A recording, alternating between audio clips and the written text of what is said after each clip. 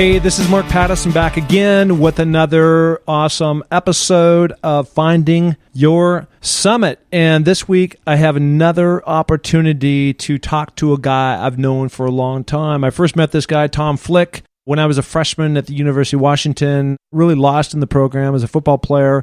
Tom was a senior. He was our quarterback. He was the leader. He was a team captain, and he led us to the Rose Bowl down in Pasadena.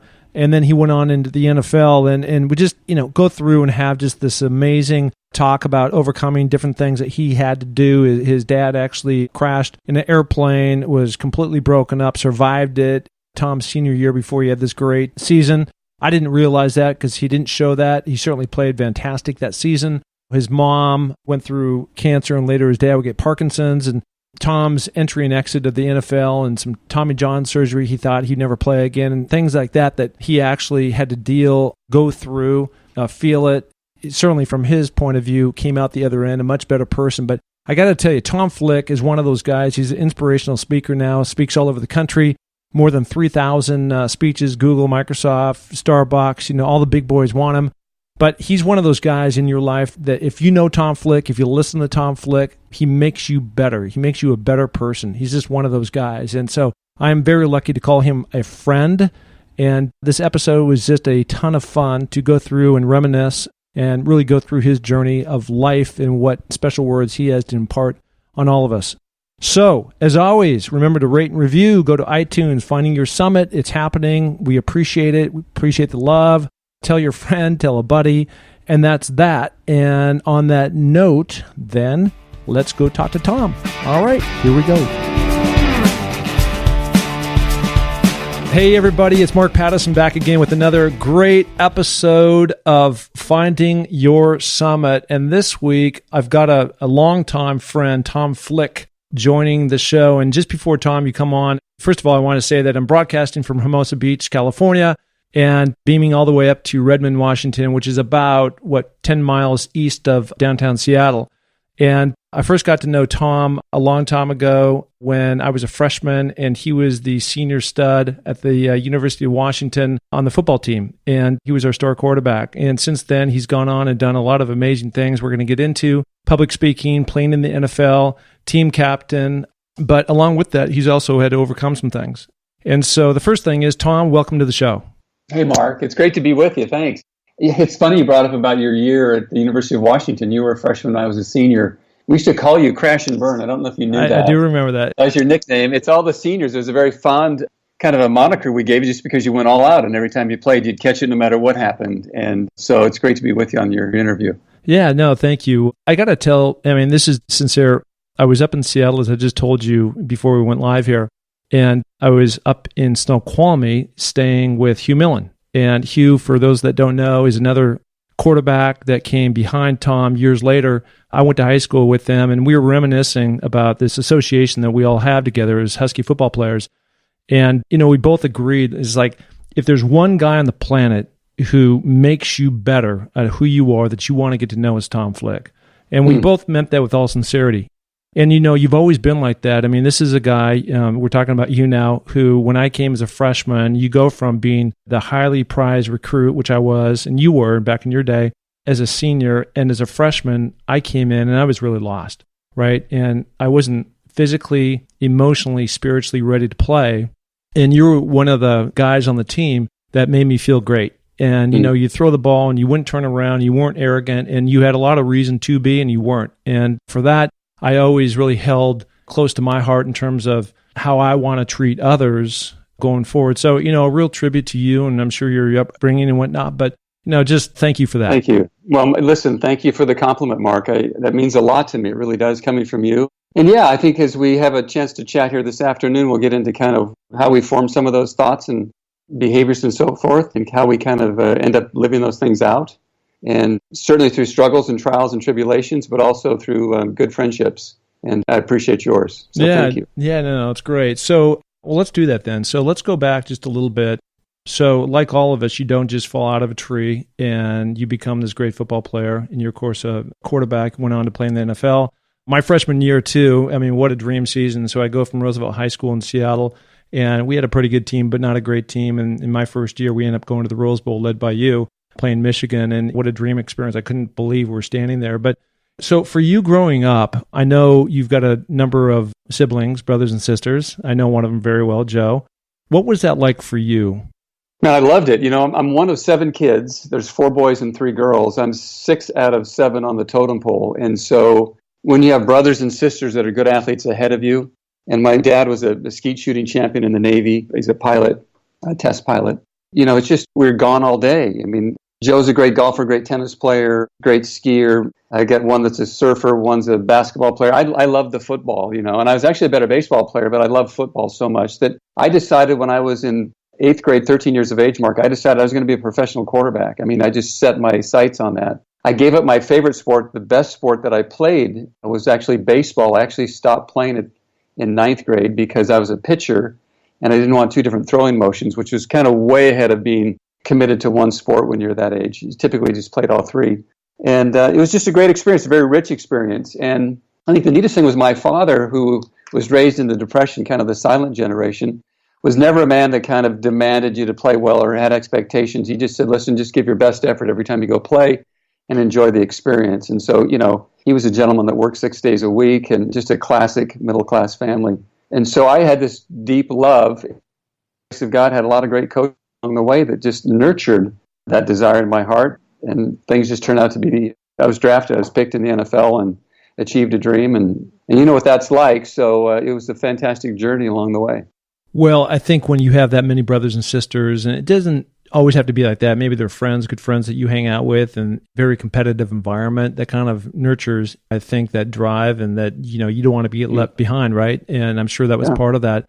It's interesting what you say, and you talk about your family and your dad in particular. My parents were very much the same. I just have one other sister, so I didn't grow up in a whole tribe, like you did. But nonetheless, they were both school teachers and very middle class and just teaching you to do the right thing and work hard and never pressuring me to be more than what I wanted to be. Like I had to do something. And similar to you, I'm going to use a different word. You said you quit baseball. I retired from baseball when I was in the 8th grade. So maybe they threw me out. I'm not sure. But it seemed like my destiny was more bent around football, probably like you, really felt like that just came more natural to me than the other sports. Yeah, and I had a hard time hitting the curve too. I have to be honest. And if you can't hit the curve, why are you playing baseball? So I did. I love football. I love the action of football. I love the leadership role of football. I love the fact that you could walk into a huddle. I was very aware of this at a pretty young age. I told my dad, I think maybe in 9th grade, maybe 10th grade, I said, Dad, I could put a sticker on the top of everybody's helmet. It's saying 2 things to me when I walk inside a huddle. They're saying, please lead me or please inspire me. One of those 2 things they're saying. And if you think about it, the job of a quarterback is focusing the attention of 10 men. And you've got all different various backgrounds. You've got black, white, socioeconomic differences, religious beliefs that are different, experiences that are different. And yet when you step inside a huddle at any level, there's got 10 sets of eyes looking at you saying, where are we going? Get us someplace. Where are you taking us? And I love that aspect of the leadership aspect of playing quarterback. And that's been with me since I've been a young boy. So that's huge in my life. It's actually moved from my football playing days into my work now in corporate America. I speak on leadership and leading change, those 2 topics. And so that came and was born in me from a very young age playing quarterback in Little League. Yeah, well, I can tell that because I was one of those eyeballs looking at you as a receiver, looking for direction. And of course, I was just a freshman in those days, but certainly I was fortunate to play with a lot of long list of great quarterbacks, from Hugh Millen to Steve Puller to Tim Cowan to yourself, and then moving on and either practicing with guys like Warren Moon to Jim Plunkett and just a long Bobby Hebert. So there's a long list of guys. And to me, what the common thread that the guys who became great had, and you have, is just that very calm demeanor, yet that kind of athletic arrogance in the right way, that you're going to lead us down the field, and we have complete confidence that that's going to happen. When you love to compete, when you're young, you just love to compete. And, I'm not that competitive right now. I'm competitive in a certainly different way than an athletic way. But sure. It is. And I think we have that born in us. Most people do. I think we have that calmness that you mentioned, comes about by lots of preparation, lots of being ready for your break or for your time. And I loved all aspects of playing sports. So, I was in the film room and working out. And I had a unique experience, Mark. When I was in 9th grade, my high school football coach, his name is Raleigh Robbins. What a great influence in my life. For many of the listeners. Was this Interlake?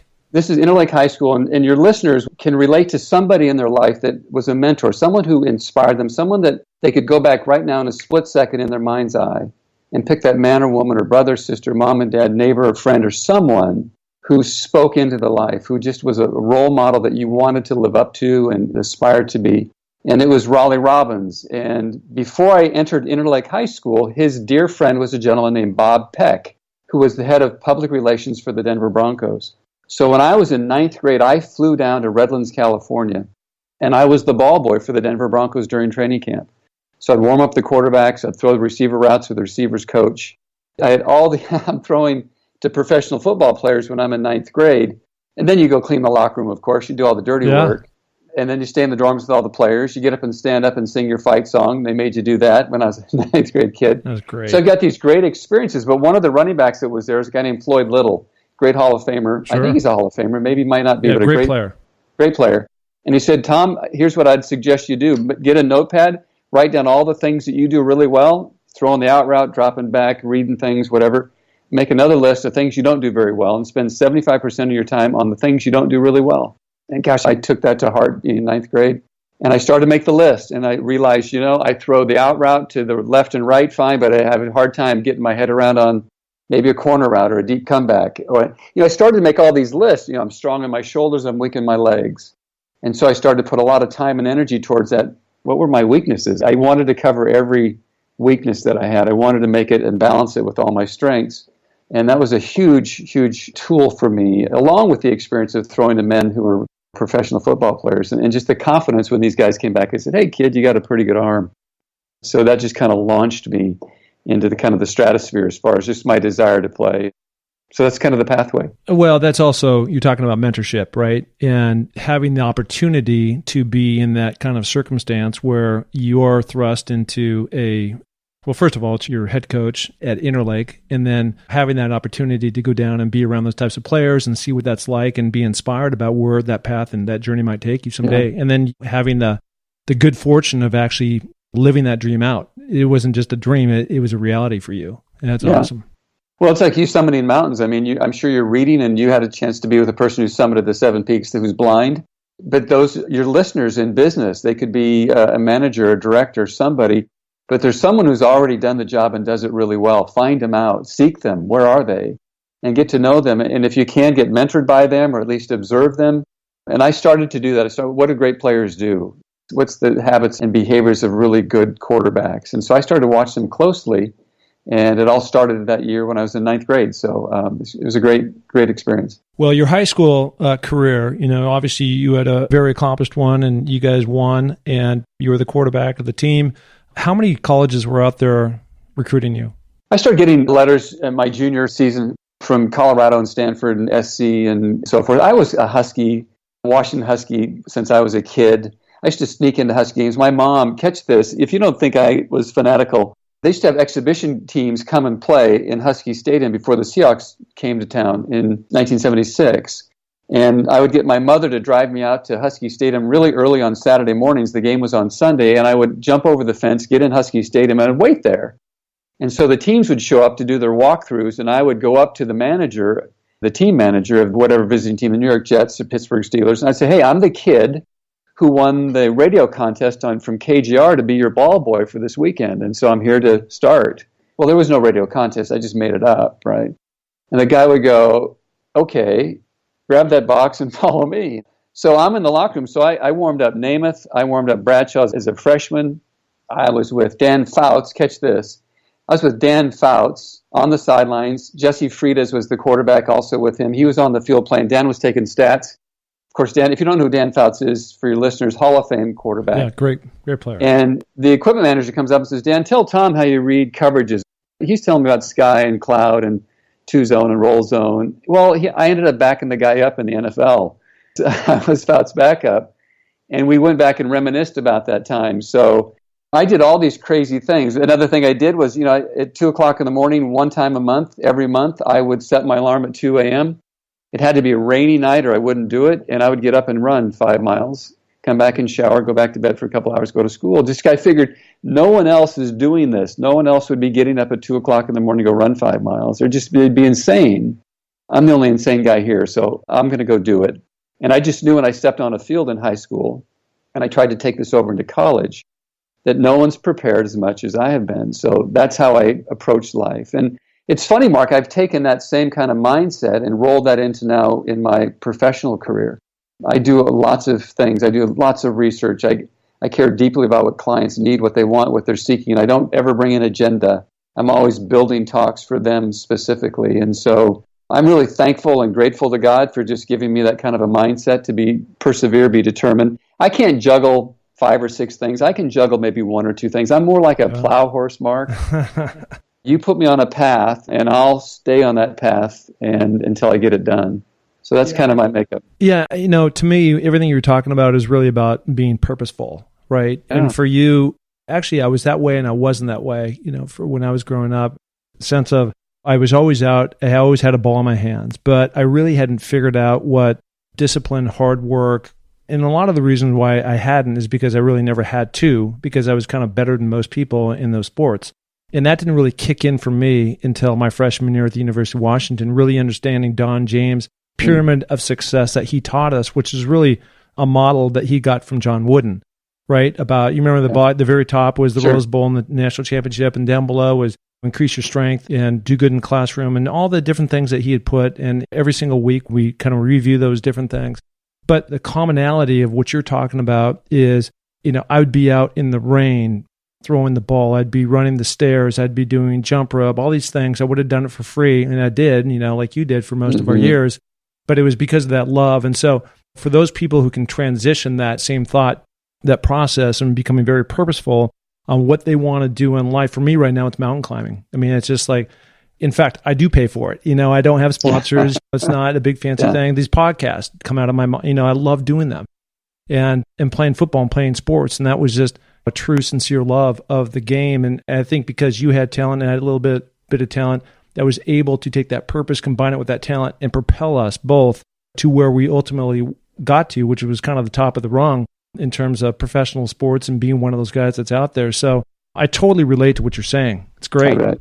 Yeah, thank you. And yeah, it is. It's a wonderful experience. And for those of your listeners, I mean, we're inspired by things that inspire us. We love the effort and energy. I think also, too, great mentors, spoke into my life. I think great mentors. You had Don James as your coach as well. We got people that speak in our lives. And I think if your listeners can seek those people out, I mentioned that earlier, I think that's a critical thing. Even today, I'm trying to find mentors. Just because life being a solo sport's not the best way to go all the time. No, I get that. So, okay, so let's get into the UW. So we go there, and like myself, like you had to play behind. You had to kind of, wait your turn, and you finally got it. And when you got it, you seized it, and you became the team captain. And now I'm a freshman, and we go on, and we win most of our games. We end up down at the Rose Bowl in Pasadena. Just an amazing experience. Okay, so now as a senior, right? Actually, right before you were a senior, you're about ready to go into this, and you're mentally prepared, and you're physically, everything's ready to go. I think I read that your father was in a horrible plane crash. Yes. Talk to me about that. My dad was the chief pilot for a navigational avionics firm called Sunstrand, which built the ground proximity warning system. It's in every airline. It prevents planes flying into mountains. It's an incredible device that saved thousands and thousands of lives. It's in every aircraft around the world. And he tested that device and was part of in the process with the inventor of it. And so he was testing a plane coming out of Boeing field. I was it was about 2 weeks before training camp started my senior season, and I was at a Husky football camp. I was kind of coaching it with other coaches and players, and I saw my dad's co-pilot show up, and it was up in Everett, and I thought, man, what is he doing here? What's he here for? And I hustled over and said hi to him, and he said, hey, your dad's just been in a plane crash, and he may not live, and so I need to take you right now to Harborview. So we raced from Everett down to Harborview, went in. He was in this kind of a emergency room. I was asked to go in. My brothers and sisters were all kind of showing up, and my father actually broke his neck, his back, his arms, his ribs, his nose, shattered his leg, his hip, his pelvis. His whole forward was flayed back. He had hundreds of stitches. I remember seeing him and just becoming nauseous just at the sight of him, just how beat up and banged up he was. And they didn't think he was going to live. He ended up going into a body cast, a full body cast for like, I'm not kidding, for probably 3 months. And by the grace of God, made it out. So training camp started. That was it. And my mind was, so it was football and my father. And it just seems like you'd be frazzled, but I remember those times and you weren't. You somehow or another, you were able to put that in a bucket over here. I mean, this is my perception as a freshman, right? I couldn't tell any of that stuff was going on. It was going on, but I did. Football was a great escape at that moment. I think I found solace in the fact I could get away from it for a moment. And my father struggled and for a good 2-3 months, but then finally broke out of it and just said, I'm going to live. And he just was such an inspiration. I got to tell you, Mark, he was just an amazing man, historically just an amazing man. But he just weathered the storm, and that was such a huge inspiration to me. Now, he battled this thing for well into my rookie season. He almost died from staph infection my rookie training camp. They were going to fly me home and said, your dad's on his deathbed there. And so it was a long process. I remember specifically playing against Stanford. We're down in Stanford. We're marching. We're losing. Oh, actually, we're tied, I think, Mark, 24-24. If you can remember that, we got a minute to go. We're on about the 20-yard line. We made a drive. I think we had a minute, 24 seconds to go. We drove the length of the field. And as we're driving the length of the field, my father was sitting in a wheelchair at this very special place at the end of the end zone. As we marched down the field, I could see him sitting there right under the scoreboard because where all kind of the wheelchair people were at. And every time we completed a pass or moved closer to the other end zone towards him, I could see him there. Oh, that's great. And it was kind of a culmination that right around that time that, hey, he's going to be okay, he's going to live. I think Chuck kicked a field goal to win it, didn't he? He did. He kicked a field goal with 1 second I still remember that game. You do, yeah. Yeah. And then had a chance to walk out of that stadium and go see my father and just really be overjoyed to have my dad still with us. And he stayed with us for a number of years, later contracted Parkinson's disease and lived with us for the last 7 years of his life in my family's home. And if you actually could come up and say, Tom, you have a chance to exchange those 7 years for a big lump sum of money or something else, would you do it? And I would say, not in my life. Yeah. It was one of the greatest experiences. Was it hard? Yes. Was it difficult? Absolutely. But I would encourage any of your listeners, Mark, to never miss the opportunity if that shows up, because our parents are aging. But if they show up at your door and they need your help, we were so richly blessed by the experiences of talking to my dad and being with my father those last 7 years, as well as hopefully having his grandkids be at his knee all the time. And so finding your summit, you're talking about that, but it's always marked with these difficulties. They kind of create our character and sharpen our belief system and make us kind of who we are. And I don't think, Mark, it's 6 degrees of separation. You've heard that phrase, yeah, sure. That term. In my life, and I'm older than you by 5-6 years, it might be 1 degree of separation. I think the one thing that you and I have in common, or anybody else, that if I could sit down and break bread with one of your listeners or something, the things that hold us together or knit us together are challenges or difficulties. Mm-hmm. We have an ailing parent. My mother-in-law, goodness sakes, my dear mother-in-law passed away just 2 months ago from leukemia. My brother Joe, who I love and you know really well, who's just an inspiration to me, has Parkinson's. Yep. And here he calls me, every Friday he calls me if we don't talk more than that. But man, he's upbeat and he's encouraged and life is great and it's not phony. It's not this fake positivity. It's just the reality that you get one day at a time. And so we're more alike than we are different. No, I appreciate that. I actually ran into Joe in Sun Valley last April, and I hadn't seen him in years, and we just had a wonderful time. And he came over to my hotel later, and we sat down and we talked about life and our 2 kids, both his girl Rena, my daughter Claudette. We played on all the same baseball, soccer. We did those things for years and years and years together, and we talked about what he was going through. But I wanted to tie one thing back together that you said a couple minutes ago about your dad and how he was an inspiration to you, in particular at that Stanford game as you're driving down the field and you could see him kind of in the end zone and in a wheelchair down there. My sense is that in a kind of a strange twist of fate, that you may have been the inspiration for him to keep going, because while he was going through that very difficult time, in that period of time, our team was rocking and rolling.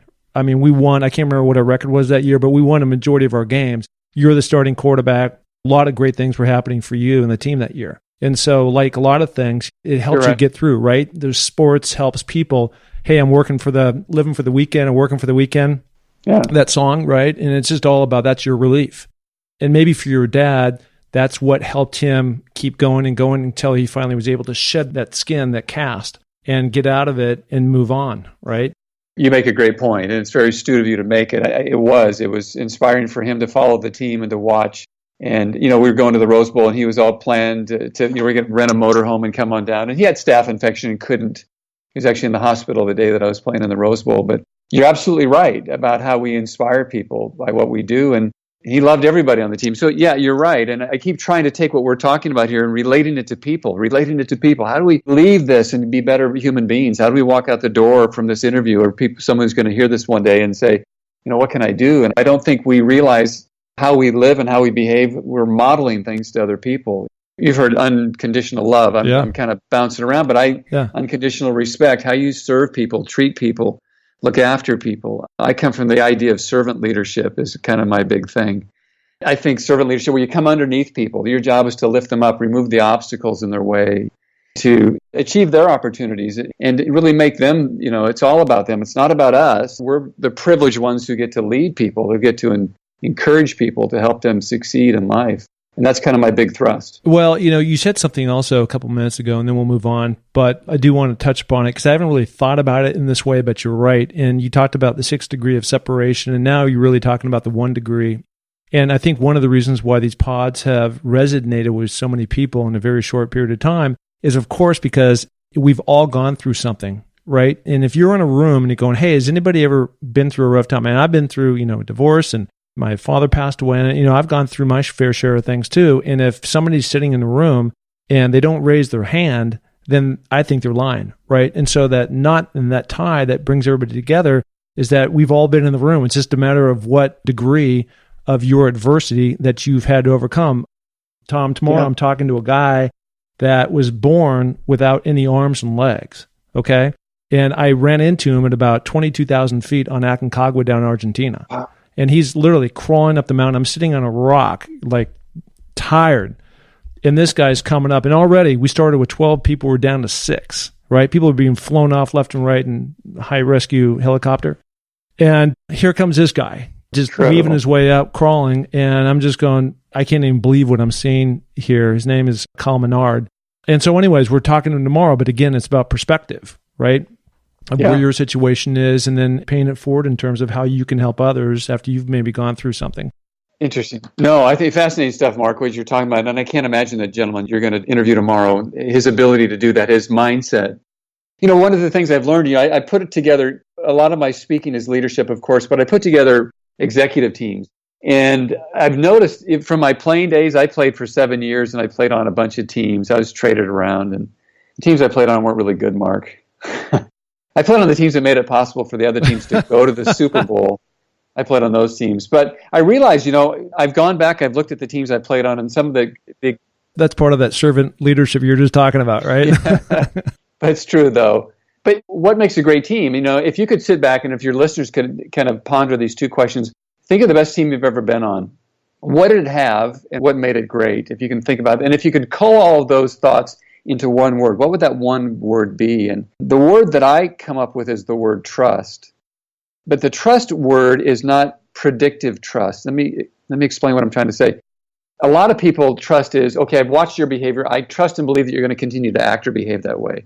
I've seen your performance. You're going to continue that arc of performance into the future. That's how guys get signed big contracts in the NFL, right? Had a great season next year. I think you're going to do well. The trust that I'm talking about is called a vulnerability trust. It means where you can bring your shortcomings, foibles, weaknesses to the team, and you don't lose anything for it. You don't lose any self-respect or self-esteem. You don't get crucified for it. Because what I found really happens in life is what really holds teams back is that people are too busy defending their weaknesses instead of living into their strengths. And so the great teams I've been on have been really vulnerable teams. The guys are open. If you know anything about the Seattle Seahawks, everyone can speak their mind. Everyone can be their own person. There's guidelines and boundaries you have to stay in to keep it safe. But nonetheless, there's this kind of a boundary. And there's a reality that there's a trust. It's called vulnerability trust. So that's the big thing. And I think what's really interesting is we all have this 1 degree of separation. We all have challenges. We all have difficulties. And being able to share that with people and open up with people really creates friendships fast, really builds relationships quickly. You get behind all the stuff about posturing and about maneuvering and about what I have and what you don't have and so forth. And that all gets set aside. We get down to the nuts and bolts that you and I are really a lot alike. And we have a lot of connection. We can be friends pretty quickly here because you know what? We have these things that are in common. And typically those things in common are our challenges, our difficulties. That's why I love the title of your podcast, Finding Your Summit, because I think if we're just aware of looking for it first, that's the key, then you'll find a lot of avenues that kind of open the world up to you. Yeah, no, that's a beautiful thing you said. And I didn't really figure any of this out till I was about 50. Right? Yeah, I understand though. Yeah. I'm not far behind you. No, and I'll tell you, I had some difficulty. I was going through this rough period of time in my relationship with my now ex-wife, and I'd gotten to the top of Kilimanjaro down in Tanzania. You know, it's 19,333 feet, and now I'm coming back down, and it just broke down in so many different ways. And I hadn't cried since I was like 11 years old, right? And so just like the more vulnerable that I can be, it actually exudes more strength. Because of, and it just took me forever to understand that simple concept. And so now I've gotten to a point where I don't have a problem talking about my weaknesses or what I've gone through.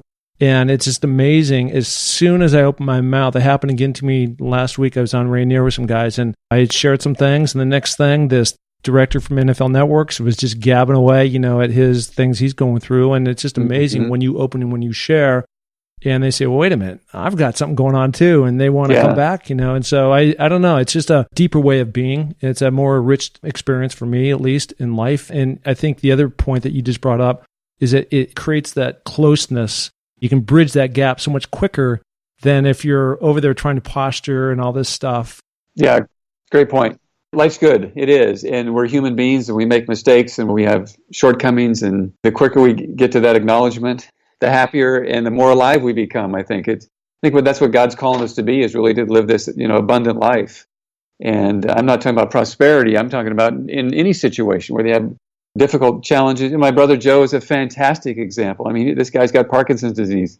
And I've never been around a guy that has been so upbeat and so encouraging and so just takes life on. And he's been a great role model, obviously, but just observing him has just been fascinating.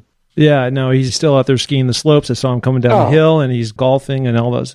He hasn't slowed him down. So let's talk quickly about your NFL career. So that can be short. Well, it is short. Mine was short. Mine was shorter. You know, I went 5, you went 7. But just like I was talking to Hugh the other night, and he was almost apologizing for not making it 10 years, but then always seemed to be behind Elway or Dan Marino or Troy Aikman or those guys. And what I told him is just like, hey, we were still, at the end of the day, you made it, and I made it, and you made it, and it's still 1% of the 1% of the 1%. And in the concept of team, unlike tennis or something, you got to have role players. And that all constitutes what a team is. If everybody was Troy Aikman, you wouldn't have a great team, right? Because you got to have your backup guys and so on and so forth. Yeah, I mean, there's a thing that says, you got to be a good follower before you can be a good leader. Have you ever heard that? No, I love it though. You got to be a good follower. There's a Bible verse that says, if you're responsible in the little things, I'll make you responsible in the big things. And I've lived by that for a long time, which means, you do what you say you're going to do. If your yes means yes, your no means no. If you make a mistake, admit it, apologize for it. But it's those little things that make the big difference in the world. And so, yeah, we are role players, and I was a backup. And, it's a funny thing. I set goals when I was a young kid. This is fascinating. I think there's something in this, but I was so geared on my goals. I had goals, and I followed them. I never had a goal. My goal was, Mark, was to make it in the NFL, to be drafted in the NFL. And once I got drafted, it just kind of the wind went out from the sails. Everything just went, ugh. And I struggled in the NFL. I just really didn't. For some reason, there was no pop. There was no deep heart drive. I mean, I worked hard. I loved it. I was where I wanted to be.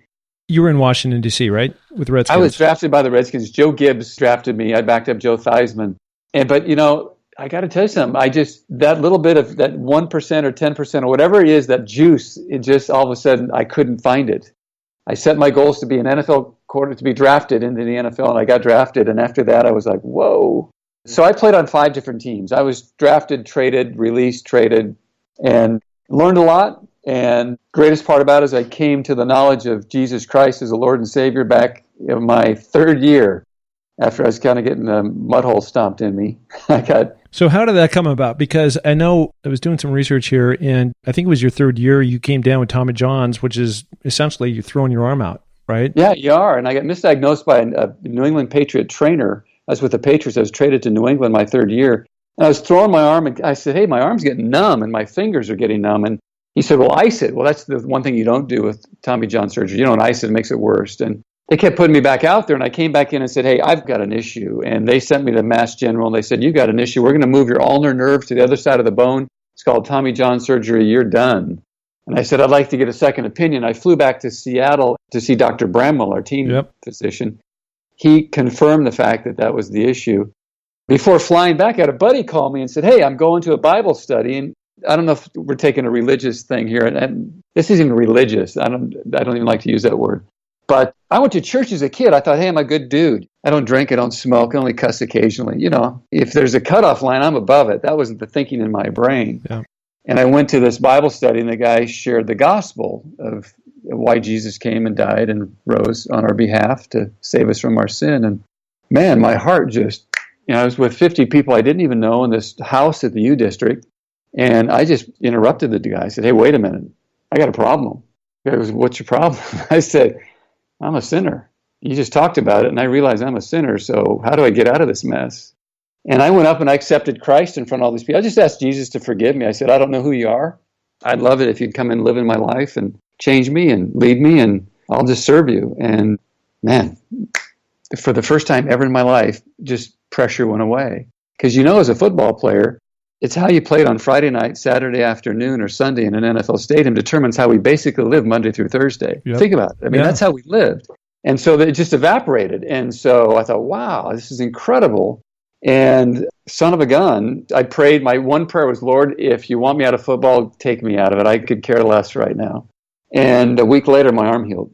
No Flew kidding. Back to Boston. I was going in 2 days before my surgery, and all of a sudden I had all this feeling in my hand. And I said, wait a minute. And they could actually take my pinky finger, my ring finger, and my little finger, and they would poke it to draw blood. I couldn't feel it. That was one of the tests they had to make sure you had ulnar neuritis. They would draw blood off your finger. You couldn't feel it. And so now they're poking me, and I go, whoa, I feel it. I could grip a ball. I could throw a ball. And the doctor at Mass General said, this is insane. Our team doctor said, So the Lord said, okay, I want you to play in football. I said, great, I'll go play football. That's a crazy story. It's a crazy story. You can call it whatever you want to call it, but for you, there was a real story behind it. Yeah. You did. There was like an action reaction, right? It was. I mean, it's really miraculous, really. I mean, you think about it, to go from, because I think most of the time you equate Tommy John surgery with baseball players, right? Pitchers. You do. And not successful results either. No, they're done. They're done. DOD. Yeah. So here you are, you have this thing, you're a quarterback. Unlike a receiver, I mean, you still need your hands and catch and run and things, but I mean, it's not like it's the one motion you need is that throwing motion. And if that's it's my bread and butter. It's your bread and butter. If that's not working, you got problems. Yeah, you got problems. And so I just started to view things differently. What happened to me more than anything, Mark, is I started to be kind of a person built for others. And what I mean by that is for the first 24 years of my life at the time, everything kind of revolved around me. I mean, I was raised by great parents, great brothers and sisters, knew manners, and you would say I'm a nice guy and a mannered person. But in my heart of hearts, my true self, it was about me. And what do I get for it? How do I benefit from it? How do I make my way through this thing? What do I get? And when I came to the knowledge of Christ and the relationship, and that's why I don't like the word religion, because I'm religious about flossing my teeth, and I'm not religious about my faith. It's a relationship, just like you and I have a relationship. Mm-hmm.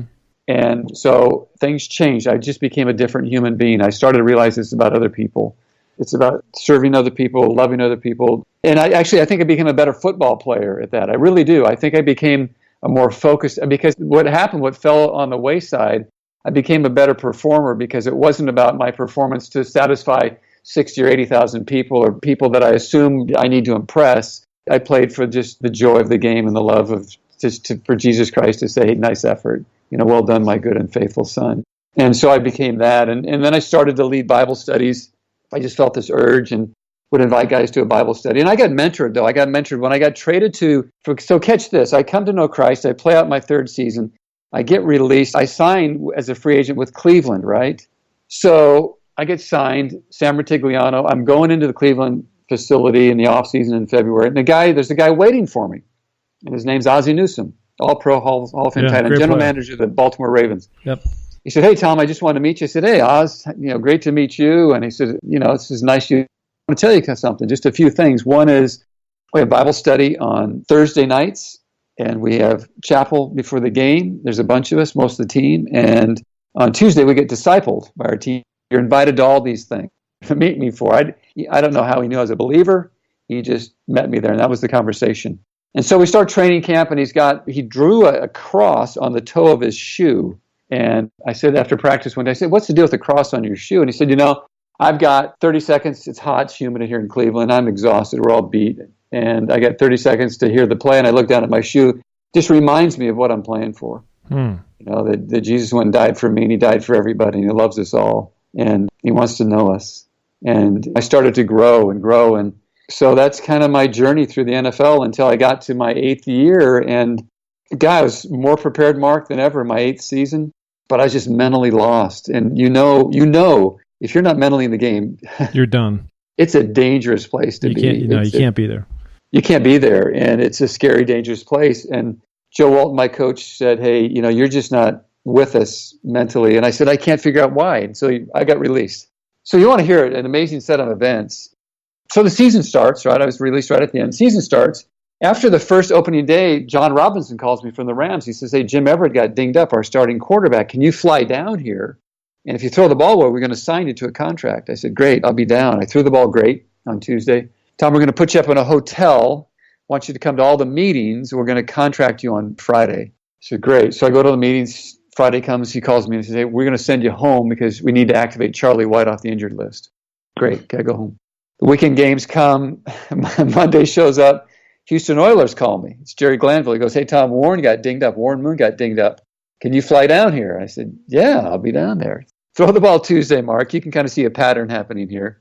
He says, "Come to all the meetings. We're going to contract you on Friday." I said, "Great." I show up and he goes, "Hey, Warren's healed faster than we thought. He's going to play, so we're going to send you home." So I'm sitting on a plane in Houston ready to fly home. And I said, "Lord, obviously you don't want me to play in a uniform. You don't want me in the NFL, it seems to me." I get home and I walk into my apartment where my wife and I live, this little townhouse. And the phone rings, I'm not kidding, probably 3 hours after I'm there. And it's my brother Joe calling me. And he is crying. I've never seen my brother Joe cry. He's kind of gathering himself. And after about 30 seconds, he blurts out, "Hey, Mom's been diagnosed with cancer, pancreatic cancer. She's been given just about 3 or 4 months to live." And he hung up. That was the call. So my mom and dad were in the country of Ireland on a once-in-a-lifetime trip. We're not Irish, but they had a chance to be over there. I got on a plane the next day, got my passport, got on a plane and flew to New York City, and then landed in Shannon, Ireland 3 days after I left Houston. Met my father, who looked like he'd aged about 10 years, gave him a hug and a kiss, and we jumped into a car service or a taxi and drove out in the countryside where they filmed a 1930s movie called The Quiet Man with John Wayne and Maureen O'Hara. Classic little Irish town. Moved into a bed and breakfast, walked a mile into town to a 3-story whitewashed hospital, and in the back room was my mom, who had tubes and stuff coming out of her after surgery. Socialized medicine, 8 people in a room.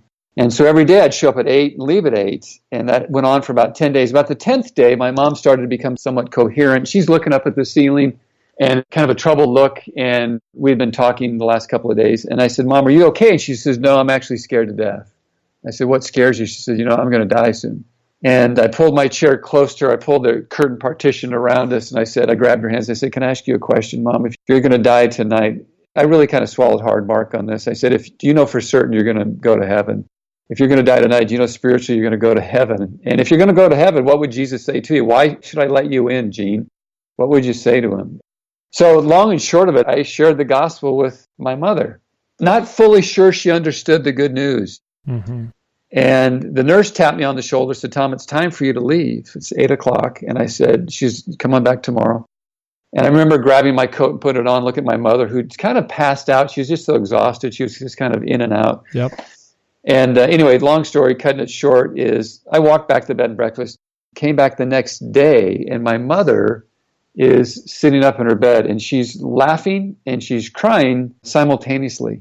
And she says to my dad, and I says, "Where have you been? You're late." And it was 8 o'clock sharp. She was, "Come in here, each of you, and sit on each side of the bed and hold my hands and pull the curtain shut. I've got great news for you. I've got wonderful news." She said, "Last night I awoke And I simply said, Jesus, this is Jean. Would you save me?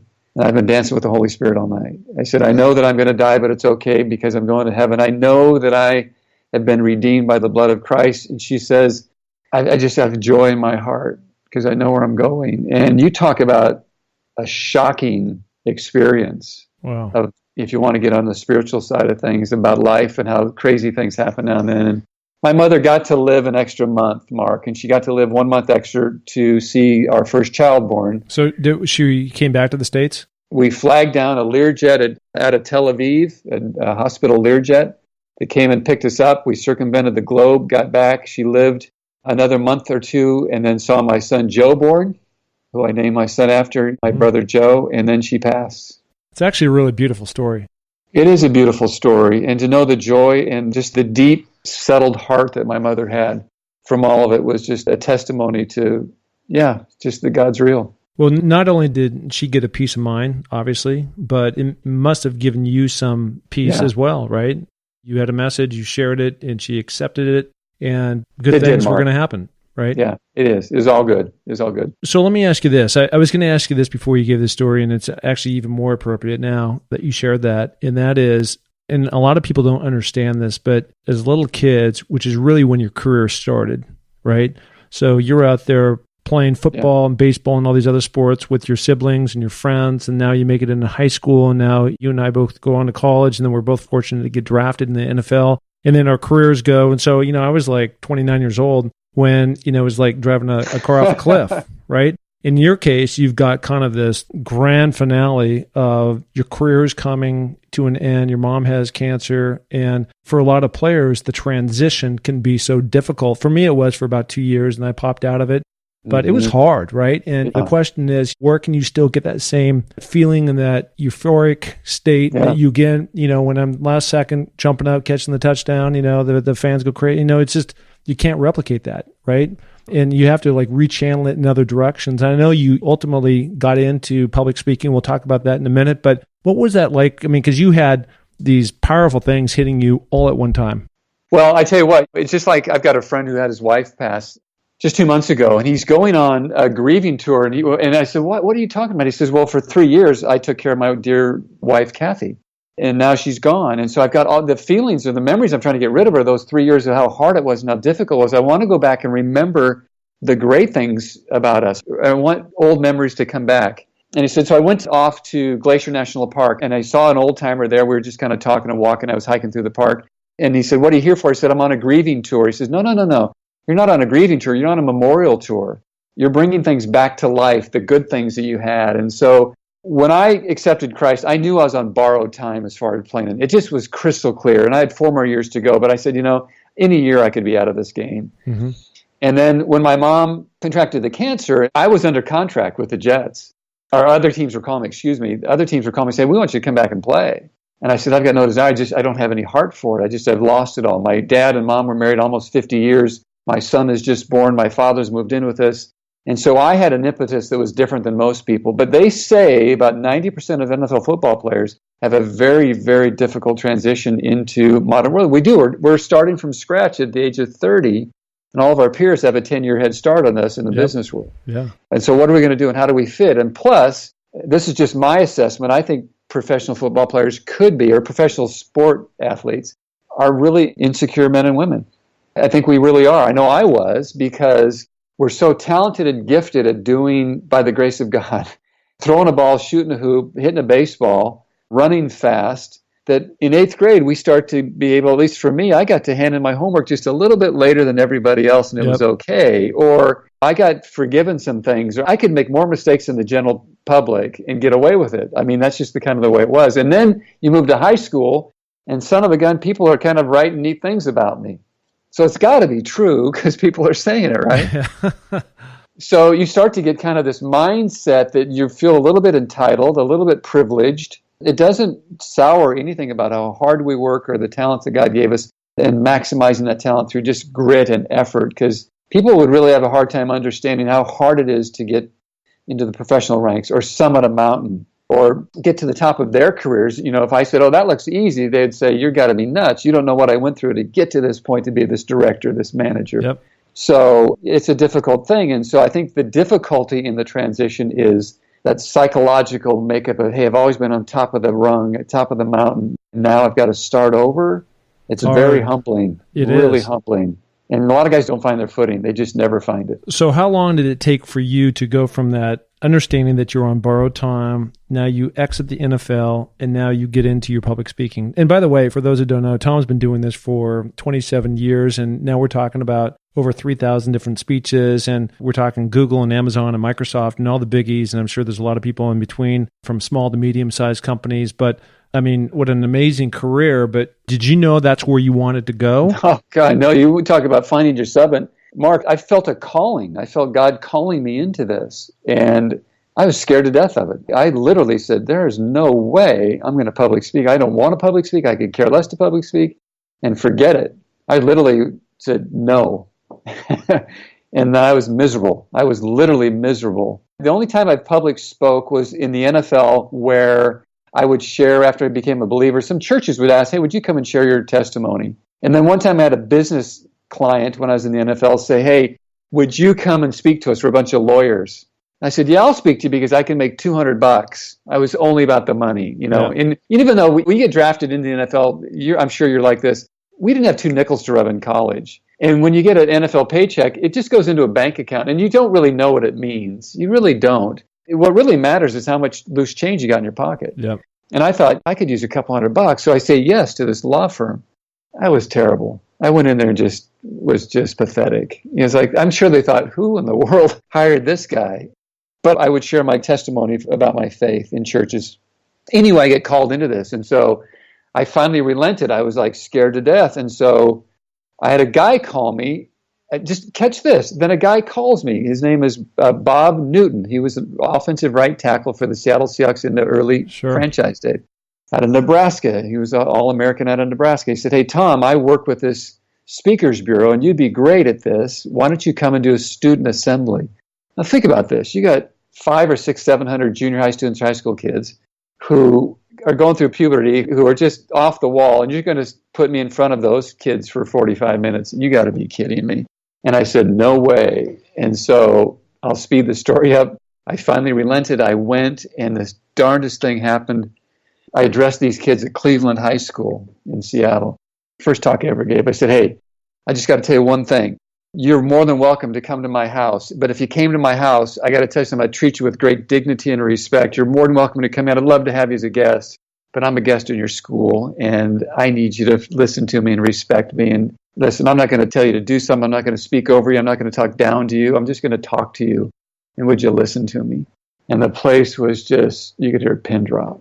And as soon as I got out of there, just the Holy Spirit, I just felt like, okay, that's why I've been calling you into this. You've got a calling. Football is just a stepping stone. You're supposed to do this for your life.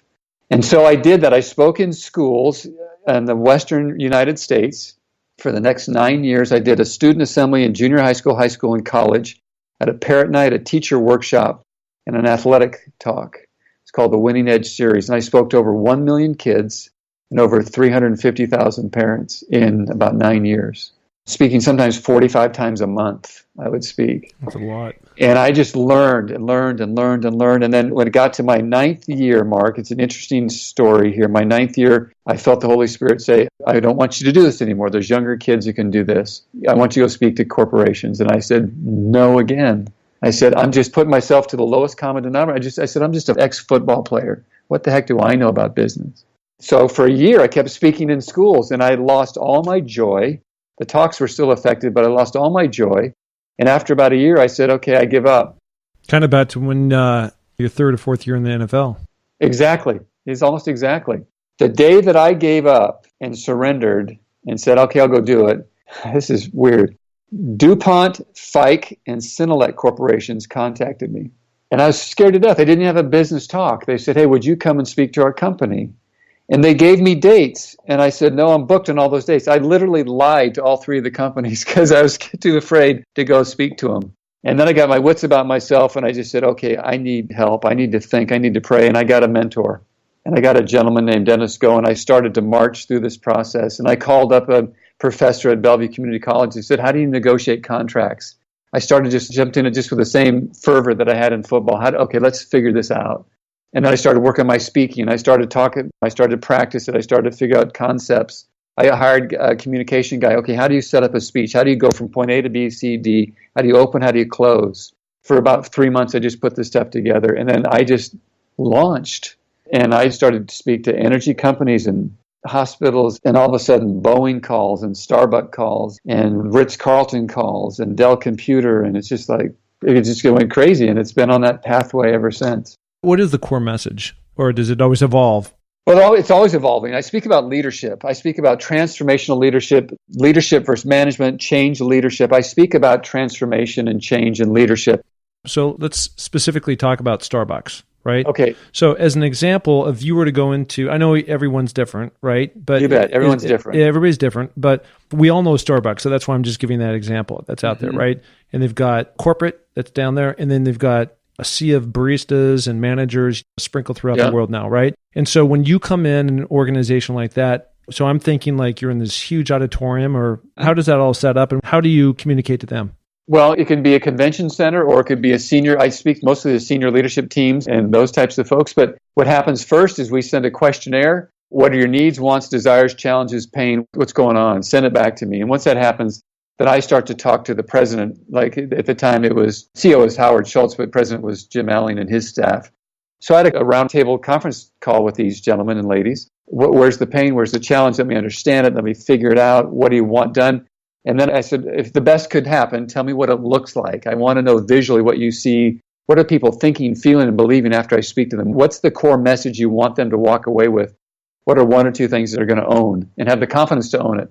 And once that's done, I build a talk. I build a PowerPoint deck, which is all image-based because we learn by hearing and by seeing. Send it to them and I go to work. I just go and speak. And so that's what happens. And so I've earned, by the grace of God, a reputation of someone who does deep dives into organizations and know really who they are. So I read a book about Starbucks. I went into some of the stores. I met some of the baristas. I met a manager. I understood the third place concept.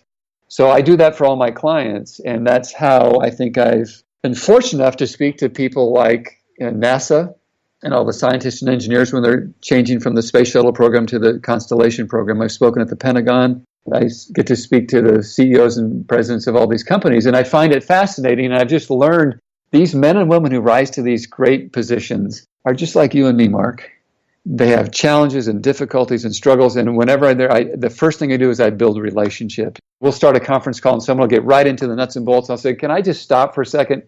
I noticed in your LinkedIn thing, John, hey, that you're from Michigan. And, we played Michigan. Yeah. And we lost to them, by the way, when I played. And I just wanted to give you that gift and thank you and say you're welcome. And they just stop in their tracks and they laugh. And you bridge it. It's all relationship, Mark, because these kids, they go home to have kids who struggle. They have alien parents. They got friends and neighbors. They have hobbies that we like, just like them. And I get to relationship first. And so that's been my secret. Well, let's tie it all the way back about 45 minutes ago when we were talking about really the 1 degree of separation, right? And so you're really tying it through that adversity and whatever challenge they might be going through. And it's not like everybody has to have a challenge, but there's some commonality amongst everybody. They can be joys, Mark. They could be thrilling things, exciting things. They don't have to be all challenges, but we've all got them, right? No, we sure do. All right. Well, listen, Tom, this has been amazing getting caught up with you. I go back to what I opened with, which is I really do believe I'm a better person knowing that you were in my life. And it's been a joy to listen to your journey and where you've come. And for anybody out there, where can they find you in terms of public speaking and going in and affecting your message to them? Mark, they can go to tomflick.com, just simply tomflick.com. And that's spelled, the last name is F like in Frank, L-I-C-K. I mean, you can go, there's videos to watch, there's programs that they can learn about. But the speaking of the leadership and aspect is all for performance, engagement, culture. I speak to a lot of sales groups because I think selling is the ultimate leadership act. And so I'd be happy to respond to anybody. We'll send out information. And you can also find me on LinkedIn. You can find me also on Twitter. And so I'm happy to have people drop me a line. Yeah, that's awesome. We're also going to put in the show notes too. So there'll be a very detailed of all your websites or your one website and your email and places where they can connect up with you, okay? Yeah, I got one thing, Mark, before I go, because I knew we were going to meet and I wanted to grab it. I don't think I have to apologize, but We've talked a lot of spiritual things here, but I found a Bible verse that's a cool verse, and it's for everybody who's out there, and you can take it for what it's worth, but just listen to the words because it's about finding your summit, right? Yeah. It's in the book of James. It says, "Consider it pure joy, my brothers and sisters, whenever you face various trials of many kinds, because we know that the testing of your faith produces perseverance. Let perseverance finish its work so that you may be mature and complete, not lacking in anything." And it's funny, Mark, the way we get to love is because we've probably dealt with not being hateful. We learn about discipline because we've been kind of lazy sometimes. Getting to these higher levels of behavior, you got to sometimes struggle through a bunch of things to get there. And I think your show and all the things you bring out and your ability to do that is just really beneficial to lots of folks. I appreciate being on your show, Mark. I really appreciate you and love you for it. So thank you. No, thank you. And I got to tell you, I know that this has benefited a lot of people that's out there from listening to these different podcasts from these amazing people that are doing great things like you. But I'm the guy that gets to be behind the steering wheel every week, and I get to have these types of conversations with people, again, like you, and it's just amazing, and the amount of joy. And that's the reason why I said I would have played football for nothing, and I'm willing to do these podcasts for nothing, and actually they cost me. So it cost me to go get filled full of all these great stories and this joy. And if somebody else takes something from that, then that's an amazing thing, right? Yeah. But, the amount of joy that I get and inspiration is just, I don't know how you could replace that. Yeah. Well, you do well, Mark. You're very good at what you're doing. So thanks for having me. I appreciate it very much. All right. He is Tom Flick. Thank you so much. Appreciate it. Hey, and thank you so much for listening to the Find Your Summit podcast. We are so glad to have you along for this journey. And if you enjoyed the show, please tell a friend, share it on iTunes, spread it to the planet. We're looking to broadcast this to every person that is out there because, as you know, everybody has their own summit that they're going after.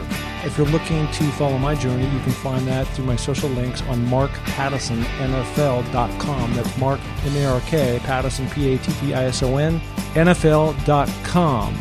So, until the next podcast, just remember, clear eyes, full hearts, and remember, it takes a little more to make a champion, so make it happen. Thank you. Bye.